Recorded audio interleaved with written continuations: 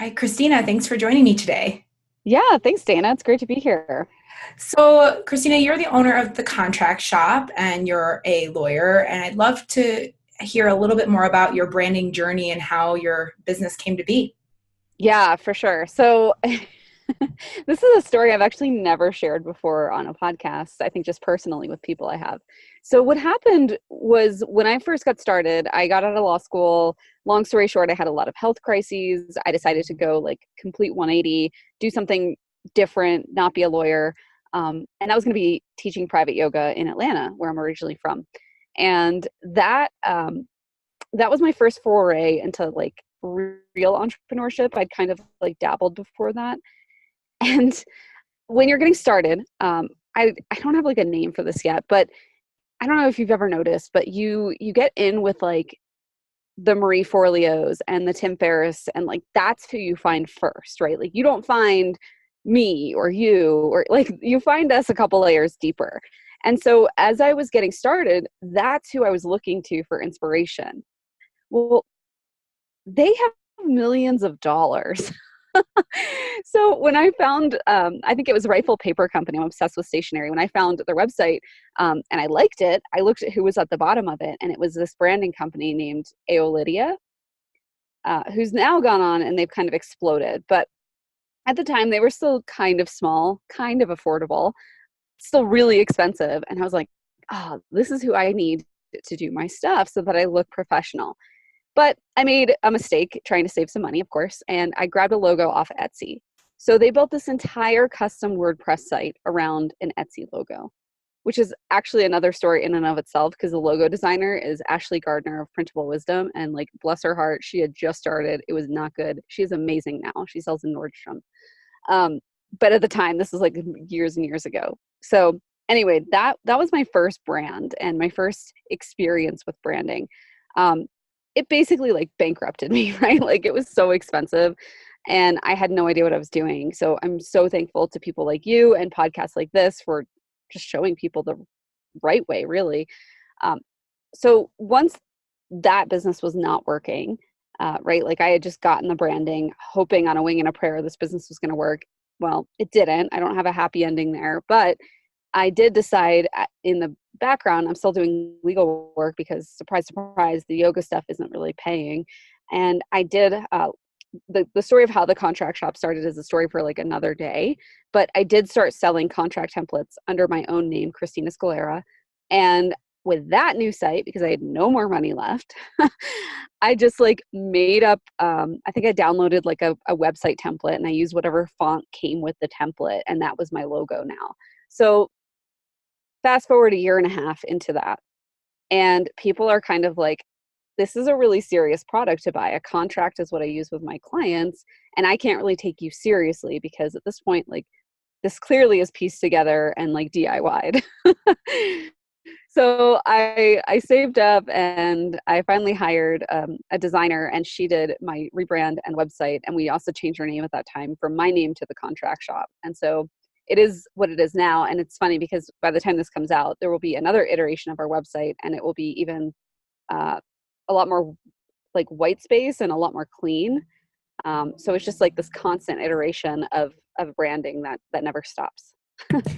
And it's interesting how important it was to people that although you had all these legal, you had your JD, you were a lawyer, you knew what you were talking about, but the look and feel of the website was DIY. And so it was hard to build that know, like, and trust factor with people. Yeah, absolutely. I mean, I think being a lawyer has just contributed to the lack of trust, just because there is such a lack of trust when it comes to lawyers and legal information. And what people see every day when they're watching HGTV is like the ads for the local lawyers who are also on the side of a bus. Yeah, I mean, so that's what most people's understanding or interactions with lawyers are, or it's in a negative circumstance. Someone's getting divorced, someone's losing custody of a child and they're trying to keep it. And so I think that if that's been your only experience with a lawyer, then you're not really aware maybe of the benefits of legalizing your biz in a way that can help you grow and build a sustainable foundation that lets you just kind of charge confidently ahead into whatever projects are on the horizon. And so when you were, rebranding and crafting your message and how you were going to talk about your services, how did you overcome some of those objections of distrust and confusion that came about when hiring a legal counsel? Yeah. I mean, are you talking about when people wanted to buy the products or? Yeah, when you're crafting like your website messaging or your social media presence and, talking about who you are and what you do, did you address any of these Gotcha. objections or did you just go with what you know and let people reach their own conclusions? Yeah. I mean, I started out like any other lawyer, like most lawyers I see, where they're putting up like quotes or, did you know this, or scare things on their Instagram. And like, they're just not using social media as a connection platform. They're not using their newsletter as like an educational and entertainment space. It's like constant selling all the time. And so that worked like crap. And it felt really slimy. So what I did is I just started to be more of myself, and it's a constant challenge to this day because I'm a really goofy, silly, irreverent person, but I'm also this serious attorney. And so, I mean, I can definitely write you a scary cease and desist letter, but at the same time, I'm showing up on Instagram, with like my stomach hanging out at the beach, and I'm like, haha, I just spilled coffee all over my shirt and I have to wear my bathing suit all day, like those kinds of things. So I try to manage being who I am and a human with the professional aspect of what I do. And I think a lot of attorneys would say that I am unprofessional publicly. Um, like our brand is very zipped up and everything is, our captions are very beautiful and well written and grammatically correct. Or so I would like to think because I'm the one writing them. I like to interact with everybody. I try to get back to everybody. But at the same time, like I'm not the traditional lawyer who's going to just bore you to death with information. Well, and I think that's important too when part of being authentic is being able to weed out the people who aren't a good fit. So if people don't like your Instagram content and they don't like your interviews, then they're not going to be a great client for you. That's a So, great, that's a great observation. Yeah.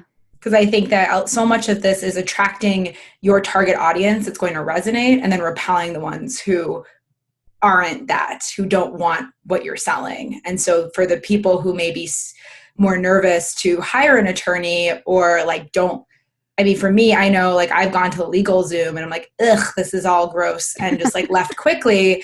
And then when I went to the contract shop, I was like, oh, this is written in my language. I understand exactly what I'm getting. I see that it's well reviewed and it takes all these different factors into consideration. It's easy to use and not scary. And so I think that your branding and the way you are, speaking about yourself and your products, I think is an asset because it's going to attract the people who aren't maybe as legal savvy and don't want to hire another lawyer, and are going to resonate with your content.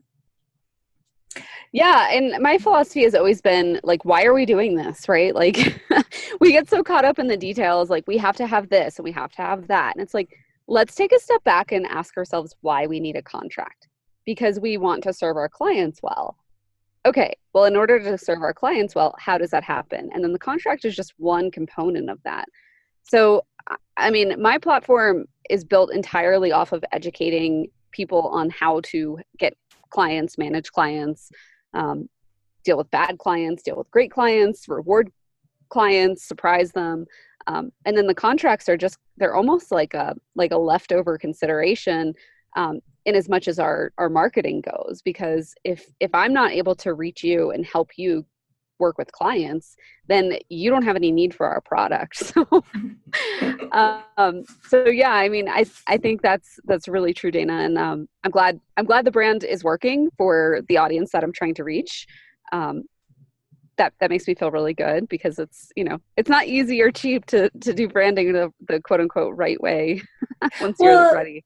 And you don't need a lot of money necessarily. I think a lot of it is just the content. We talk all about content strategy and how you're messaging and how you're positioning what you're selling. I think that for me, I know that when I came to you, it was because I heard you, I believe it was on Being Boss, I think. Mm-hmm. And you were talking about contracts and things, and this was like at the beginning of all the GDPR stuff. And I had already talked to our attorney, had been researching this, and Sure. needed to advise my clients on how to get buttoned up for GDPR. And when I went to your site and saw that you had a GDPR specific template with the privacy policy, terms and conditions, like everything that I would need, I was like, oh, I could save so many hours and so much time and money from the lawyers just like reviewing this and making sure it applied to our clients or making sure it applied to us. And so I think what you also do really well is you anticipate the needs of your ideal client and create the products for them. So I wanted to touch base too on like, how do you decide like what products you're going to create, when you're going to update, how do you manage, you have, so many different templates available. How do you manage the product line? Oh, I'm kind of laughing because first of all, this is a great question. But second, yeah, we do have too many products in the shop right now. We're actually working on clearing some of those out. And so the way that they have come about is based on demand and industry. I've gotten a lot of recent requests from like people that are working as nutritionists or real estate agents, and they want contracts. But I'm like, I don't know. Like I am a calligrapher. I've done graphic design. I second shoot weddings. Like I get the creative industry. When it comes to real estate or like nutrition, no, thank you. So I like that's kind of my limit. Um, so it's based on demand, but like reasonable demands that I feel like I'm an expert at meeting. Like if I don't understand how your business works, then how could I write a really good contract for you? So that's really how we've come up with the products. And then it's just honestly lots of like tons of customer conversations. I think it's interesting. I'm in a mastermind, and yesterday we were just talking, and one of the gals had emailed like 60 people that had showed up for her webinar and were potentially interested in her offer but hadn't bought yet. And she was like, wow, that was a lot of work. And our mastermind leader came back and said, whoa, like, no, you just reached out and served those people and communicated with them. And like, sure, like only a handful are going to buy from that. But what you did was so much more valuable. Like it wasn't a lot of work. It was a lot of serving and a lot of helping people where they're at, and then getting really good feedback. Like for almost 3 years, I did free consultations. So my law firm is actually a different business. It's separate from the contract shop. And for 3 years, I did free consultations for like 20 or 30 minutes, depending on, where I was at on that business journey. And it was just like, I mean, hours every week that I would spend on the phone with people. 30%, we have a really good conversion rate. 30% of them didn't become clients though. And so that's a lot of time to just spend helping people and not seeing, quote unquote, any return from it. But it gave us everything that we have in the contract shop. Like it was just so helpful to hear where they were at, the language that they were using, and the problems that they either felt they were facing, because people make up a lot of problems for themselves, or the actual problems that I could see that they were facing. So it was just invaluable to just talk to people and hear what they needed. I mean, that's how the contract shop even started. Is one of my friends, who's an equine photographer, was like, hey, does your law firm have like a template that I could just buy and customize myself? And I was like, no, but that's a good idea. So, I mean, just listening to what people want and not just creating like what you see all your friends making is going to lead to sales. Well, that's so smart that you were able to take those discovery calls and use them basically as like focus group research and like figure Yeah, out what that's your a good point. people really wanted. Because, there's plenty of people who talk about personal branding and marketing, but like my audience wants something specific that's another person's audience may not want. And there's lots of lawyers doing online business work, but if they serve a different clientele, then their services and their products are going to look a lot different than yours. Yeah, no, I mean, I have not seen, there's lots of people that are doing something similar, but I've never seen I've seen two people copy me, but like I've never seen anybody else that's like originally come up with the kinds of content or like the angle that we're serving people from, which isn't an invitation to like the competition to take it. But I don't think they could at this point. I think that's the power of a strong brand and the power of showing up and serving people well, and they connect with with you and the content and the brand that you put out there. So did you serve those people a really angry, scary cease and desist letter? No, actually, it's kind of an unfortunate story. One of them, I never knew her, and she just like copied my old brand, and then we had switched to the new one. The other one did the same thing, except for she was a mentoring friend. Like I was mentoring her for free, under the guise of like something different, and then she turned out to want to do the same thing I did, and showed up with the same website and everything.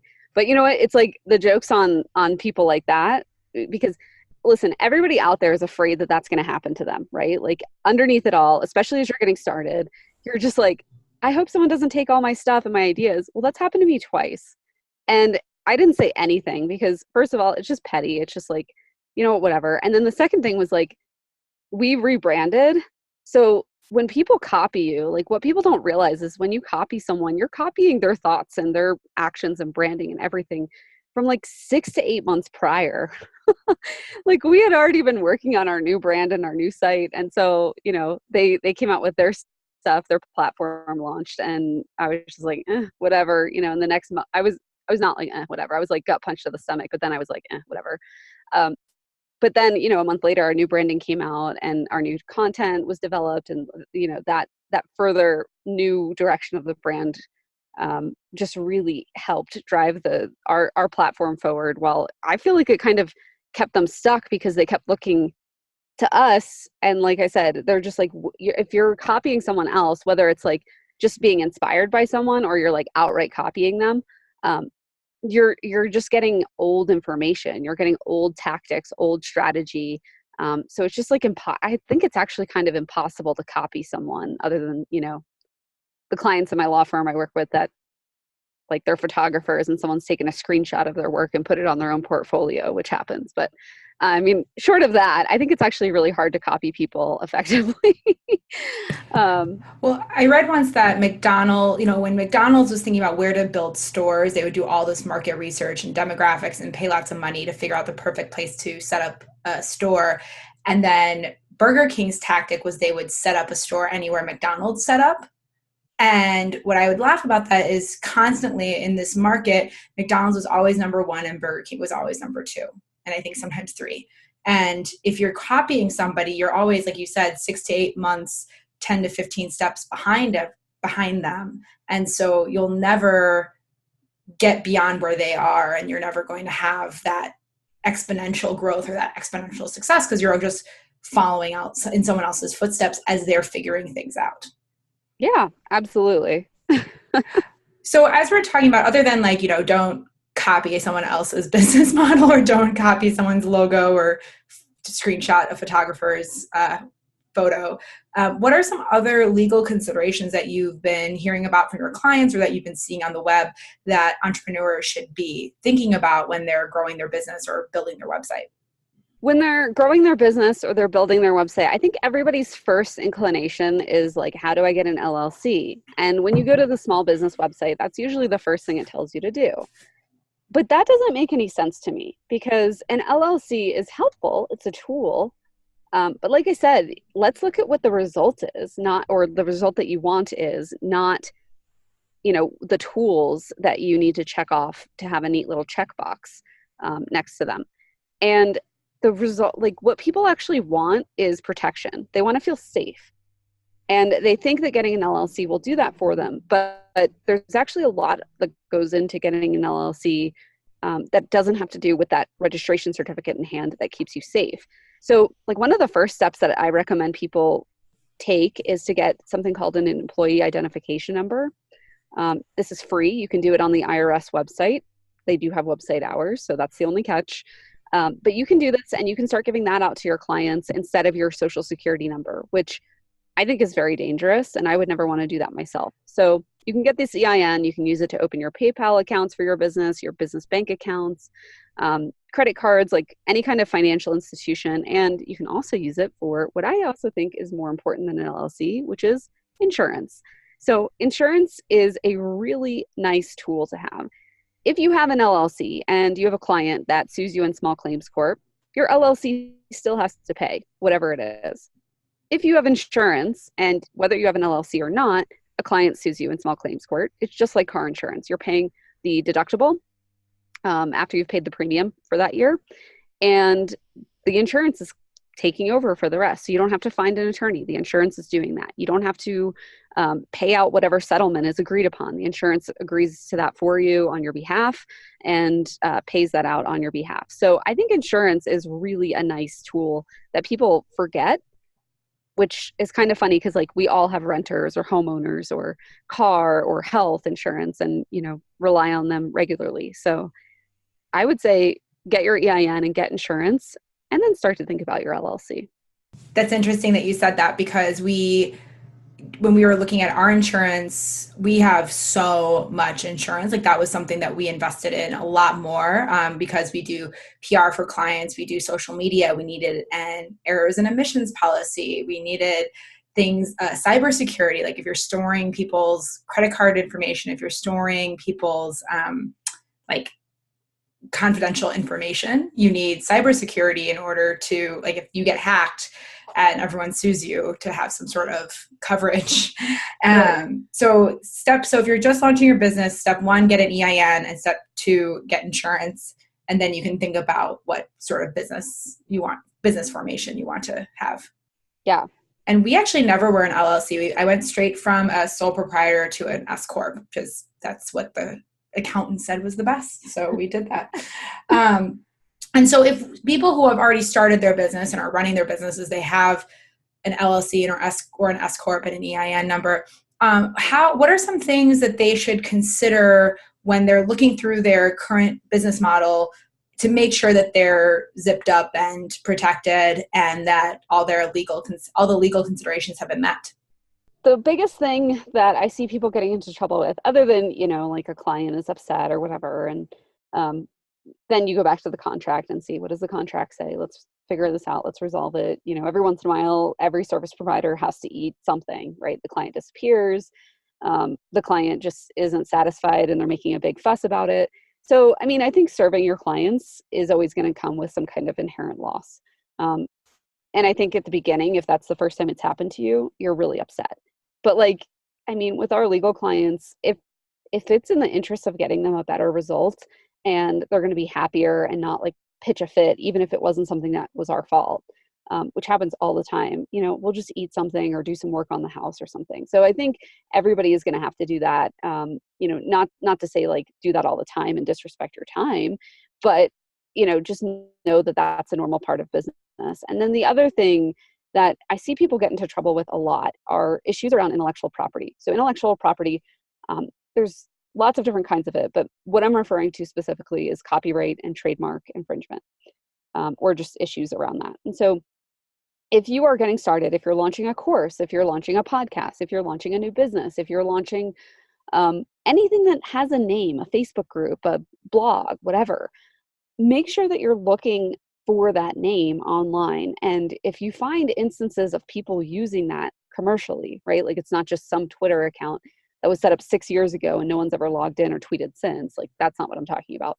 But if you go and you find that someone's like legitimately selling recently, selling something similar to yours, that could be a problem, and it could be time to and so I think if you're really seriously considering the launch of any kind of course or name, it's important to talk to somebody who is a trademark attorney who can either do what's called a clearance search for you, and they can look and see what's out there and give you advice as to whether you should proceed with that name or not, or they can go ahead and get it registered for you. So it's really great in the US, or even if you're not in the US but you have a US based purchasing audience, you can get what's called an intent to use trademark. And this is awesome because for up to 2.5 years, it's really more like 3.5 because the USPTO is so slow to process it in the first place. You basically get to put a name on hold, and you have 2.5 years to develop that as a product.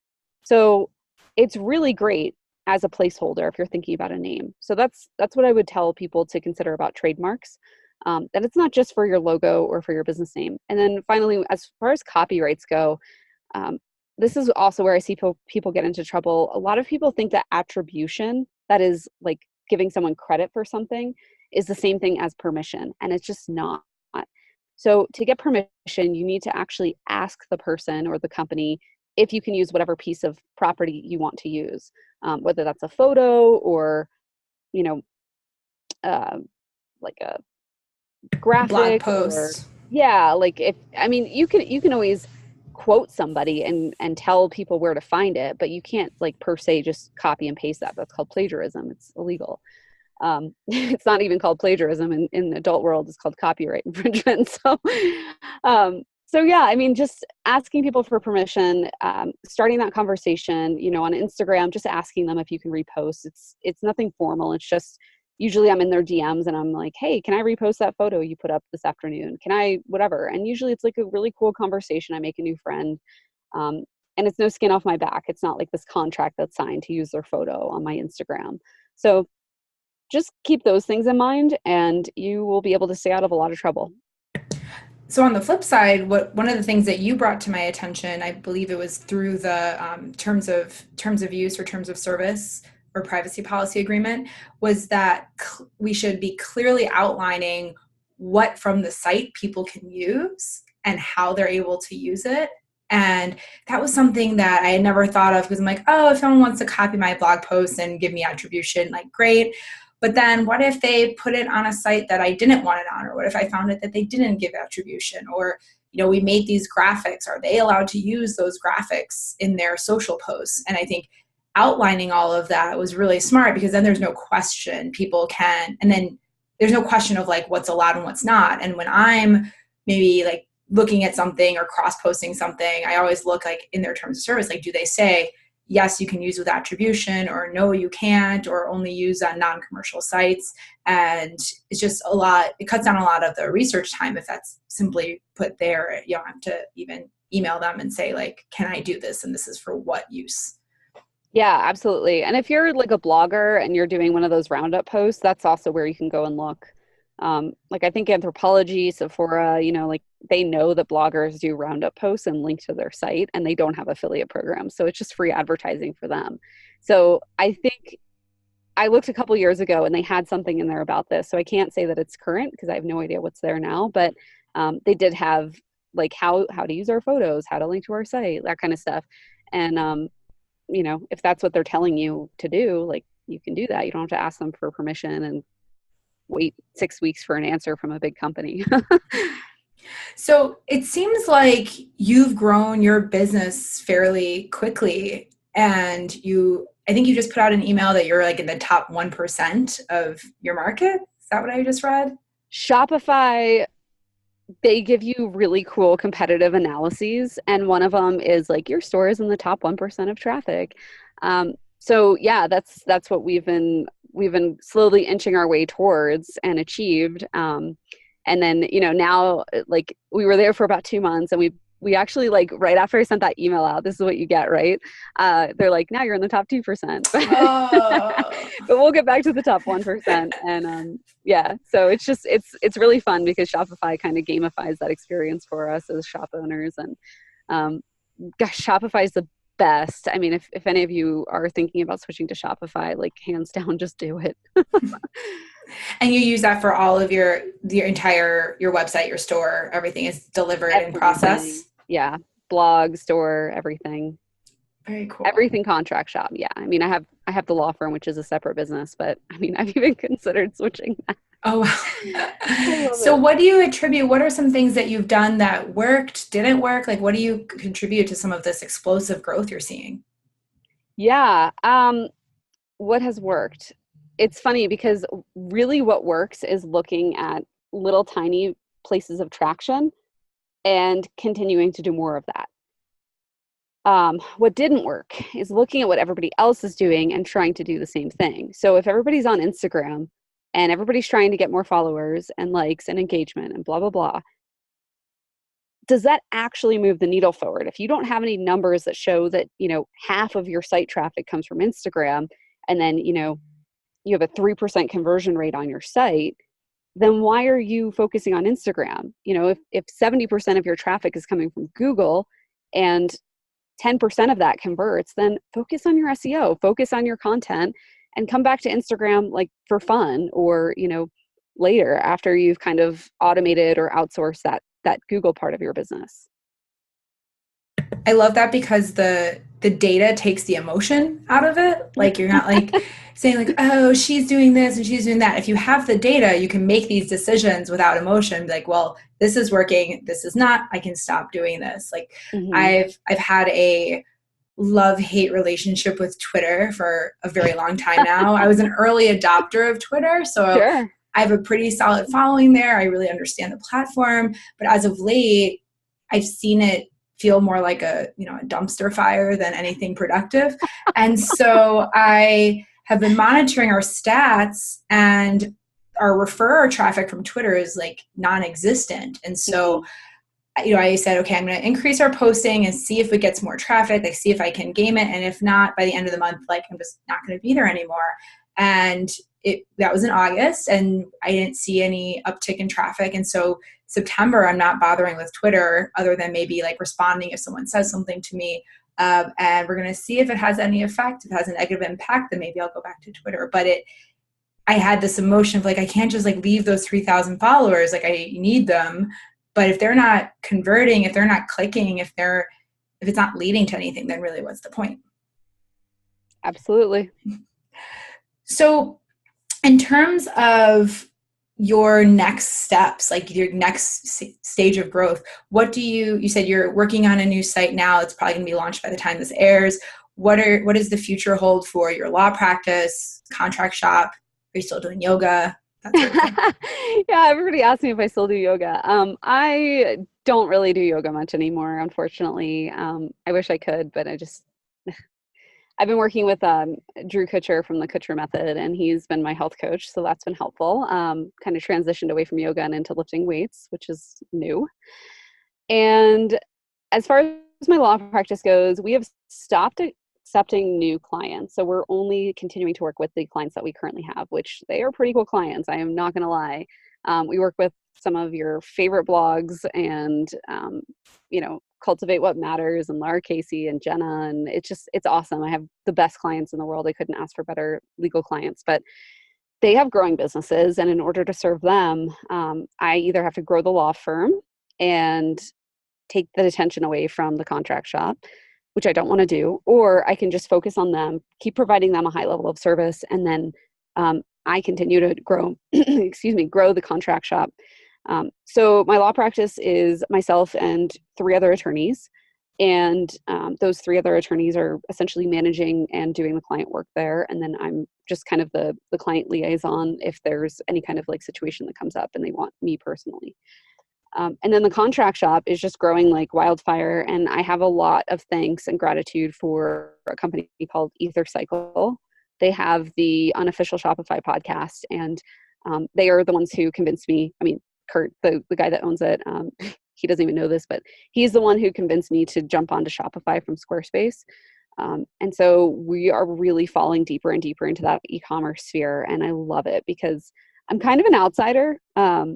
Most people have physical products or drop shipping and stuff like that. And so they're just kind of like, ew, who's this digital download person? But that's always kind of been my forte, is like entering a marketplace as like the ick factor, and then showing people that like, no, like we can all be friends. So it's been really fun. And that's kind of where we're moving towards, is improving the customer experience now that we've optimized the client experience in my law firm, and just trying to serve our customers in whatever better ways that we can. We have a couple of different like bonus things coming out. I just really, really love surprising them with like extra stuff that's going to help their business run better, because at the end of the day, like I only want to sell my contract templates, which frees me up to create a lot of really cool content that other people are selling online. So that's really exciting. And that's kind of what's next. So now you got me curious about Shopify. So we selfishly, I'm going to ask some questions. So Sure. we deliver digital products through WooCommerce, just like embedded as a plugin on our WordPress site.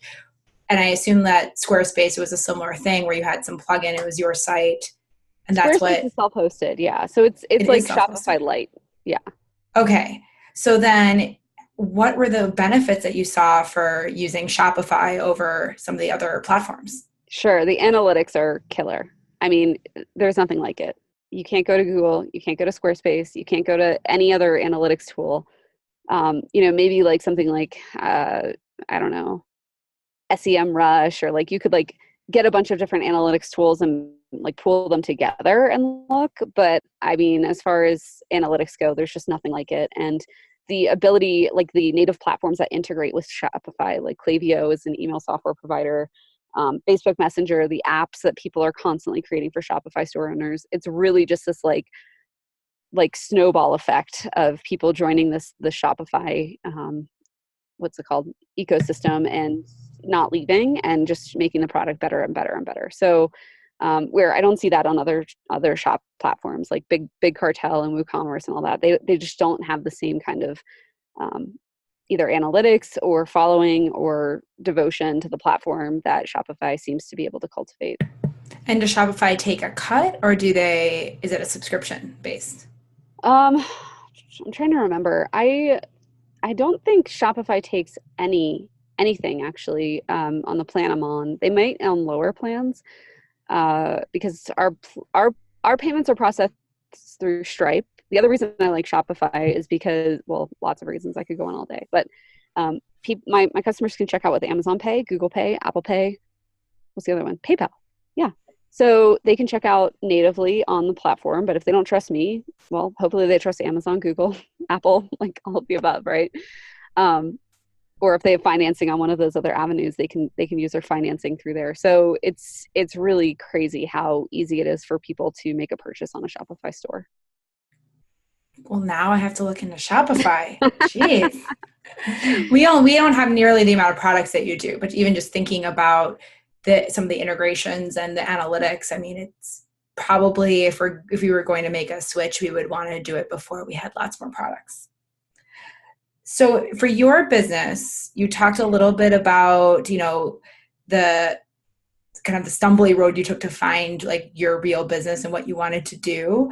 Are there things that you wish you had known when you were first starting the contract shop or your online or your law firm, your law practice, that you wish you had known that you want to share with aspiring entrepreneurs or newer entrepreneurs? Yeah, I think I sound like a broken record, but I really just wish I had known that I should stay in my own lane. I wish I had followed less people. I wish I had chosen one, which is what I do now. I choose one or two mentors a year, and I just kind of ignore everybody else and trust that the information that I need to build my business is going to come to me through those two people or platforms. So this year it's been Jenna Kutcher and Kurt Elster and Kurt Bullock at Ether Cycle. So those are my mentors, those two companies, and that's it. I'm not looking at like what conferences are coming up, what other podcasts are coming out. Like I'll still listen to that kind of stuff for fun and for variety, but as far as like how I'm building my business, those are the only two voices that have an impact on me, other than my internal team members, who are really phenomenal and very lucky. So yeah, I would say just stay in your own lane and do less, listen to the less, and stop being so overwhelmed. Just like pick one thing and go for it, and then you can pivot from there. I think that's so important because the advantage of the internet, right, is that we have so much information at our disposal that we can find really anything that you would want to know about. You can find information on it, but the problem is you find lots of competing information or lots of information that's just like adding to your to-do list to the point where you have overwhelm and you don't accomplish anything. And so I think the advice about just picking one or two people that you follow and one or two people that you're like, I gel with their message, I want their career, they understand me, and just listening to them, and everything else you can take it or leave it, or maybe even tune it out. I tend to just ask, like if I'm listening to something, just ask myself, like, is this part of my brand values? Does this serve me? Would this help me better serve my clients? We have a lot of people in our sphere using Facebook messenger bots and ManyChat and all those things. And I understand, like, part of me is like, oh, I should probably get on that. Or I understand why people do it, but I'm like, oh, but if our whole message is being more human, like that's my whole brand mission, is like to be a human. So like a chat bot doesn't help me be a human, and it goes against the values. And so I'd rather have me answer with a Facebook message as a person, maybe 24 to 48 hours later, than have a bot spamming them or talking to them. It's, bizarre, but it's easy to feel like you're going to miss out on something. It's easy to feel like you're going to miss out on some great opportunity or the thing, or, now I'm like, oh man, we should have gone with Shopify instead of WooCommerce because but again, it's like, you may have missed out. So listen to what serves you, listen if it feels authentic and right, and then make a decision. But sometimes we have so much information that it's even difficult to do that.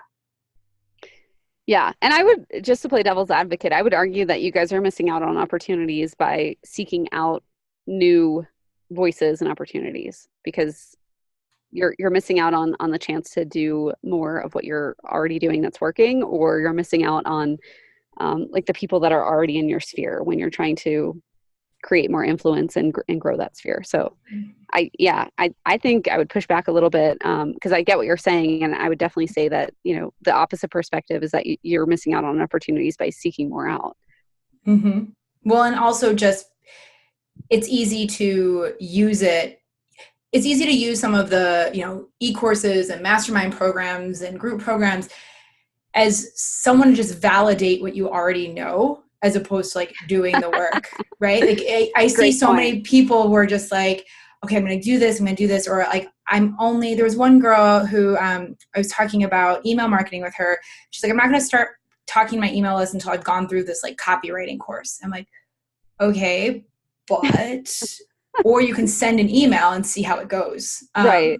If I didn't start my PR company until I had perfected, like, how would I know a pitch is perfect until I send it out and see if it gets any bites, right? So it can be somewhat paralyzing sometimes to be like, oh, I can't do this until I do that, or I'm going to wait on this. Whereas just do it, like just try it and just get it out there and see what works. You don't need permission from a guru or a self-made millionaire or whatever to get that done.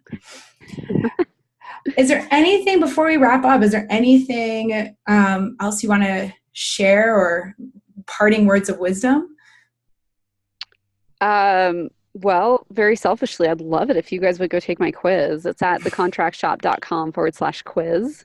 And it basically helps you pinpoint any holes in your business. So if you're feeling a little uneasy at night, or you're not sure what direction to go, that quiz is there to help you.